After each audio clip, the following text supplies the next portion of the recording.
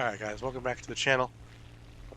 So today this is the 51D-30, and it's basically, it has the performance that the reputation the D5 was supposed to have. It has an engine that puts out about 18 to 50 horsepower, which is, for the battery, it's pretty solid. It climbs decently well, above average for an American plane, especially. It's pretty fast, especially at its altitude, about between 5,000 and 6,500 meters. Its armament is a little lacking, but it's a standard American 650 cals. You have a little less ammo count than the D5, about 200 rounds, but it's not really enough to make you feel like you have no ammo at all.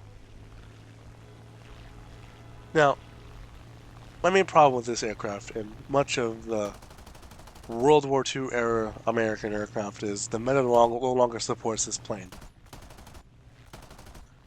And what I mean by that is the meta now is swimming fast matches where one team snowballs the other so quickly that other players cannot have a chance to make up for the loss. Of my about 2 hours of footage I gathered here, there was at least 2 or 3 times where I was fighting 6, 7 guys at the same time because my team had crumbled down so fast I couldn't do anything about it. And this plane, it doesn't have the not so much the performance, but the performance geared in such a way that would allow it to just bum rush in and just go blasting. It doesn't have any cannons. It doesn't have that high of a burst match. It's not that maneuverable, especially compared to things like Yaks and Zeros and Spitfires. It can't react to sudden changes in this environment very well. And that's what this meta has just kind of created, is a giant spur center of the map, where usually the people with the most guns and the best reaction times win.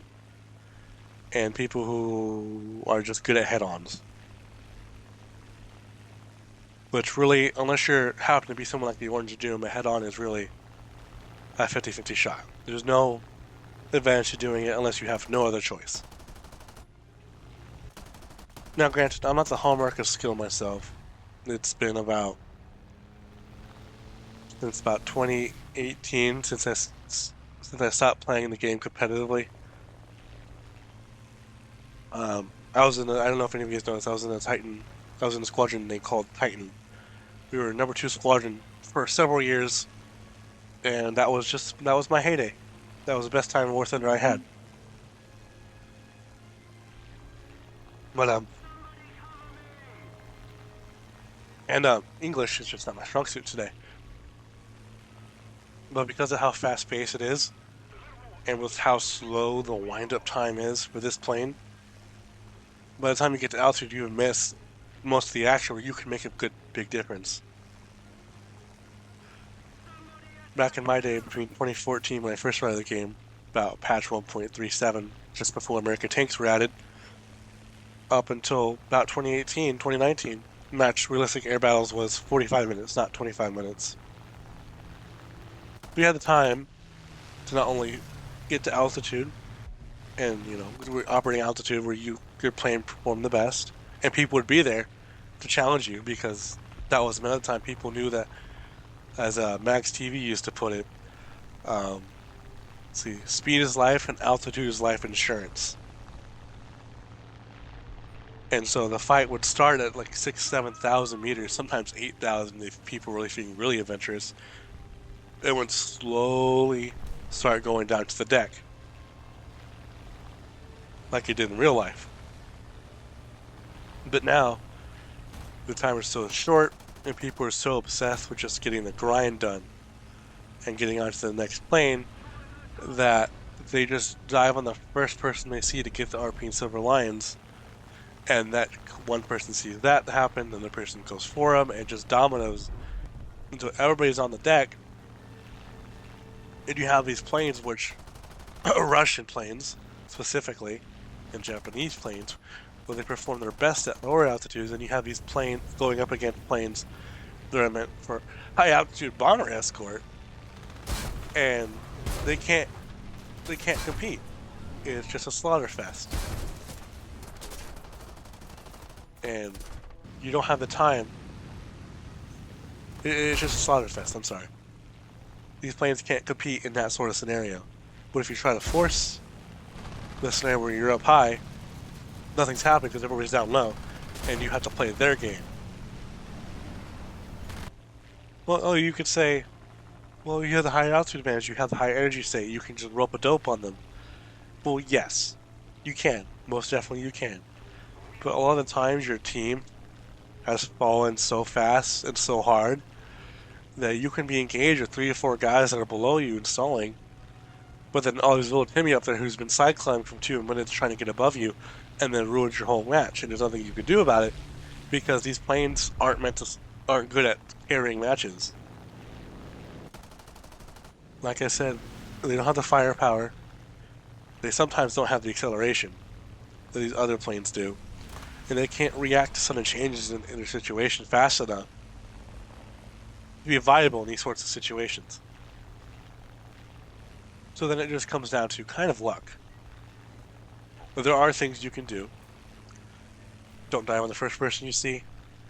Don't turn fight. Please don't turn fight 0 to P51. Oh my gosh. Don't push head-ons. And just have really good aim. 50 cals, you have to have really good aim to make them work. If you're just spraying and praying, they don't work, as I found out in the last couple hours. But these planes, type of planes, are just kind of a struggle bus at the moment. And I think we really should go back to the 45-minute timer and encourage players to actually go to altitude, not just to make the American planes better. But back in the day when people would do that, it seemed like people were actually trying to enjoy the aircraft that they were playing instead of just trying to skip it and go to the next one. People were passionate about what they were flying. They knew the ins and outs of the aircraft. They knew what speed it ripped, how many G's it could pull, how well it could turn, how to outturn other aircraft that were literally more maneuverable than it. And those days are gone. Nowadays, it's just these 5-minute matches that last 5 minutes, and up to the next one. Nobody learns from their mistakes. Nobody tries to be better. They just try to get the RP and the silver lines to get to the next plane. And guys, I'm sorry, but you kind of screwed yourselves over on that one, because for the past most of the game's life, it was based on World War II and early Korea. That was its bread and butter. And now suddenly, you've abandoned that whole section of history to focus on modern age. And now all these new players aren't coming in to enjoy these first classes of planes that I grew up playing. And so it's like, I feel left behind. I feel like I'm left in the dust. And I understand progress has to be made somewhere. At some point, things have to change. But content got added so fast, and it's so much so fast, that Gaijin never touch World War II again. And it's sad. It really is, because that's what kind of started it all. Well, I guess I've been rambling long enough. This is Plane Killer. I'll see you guys next time. Bye-bye.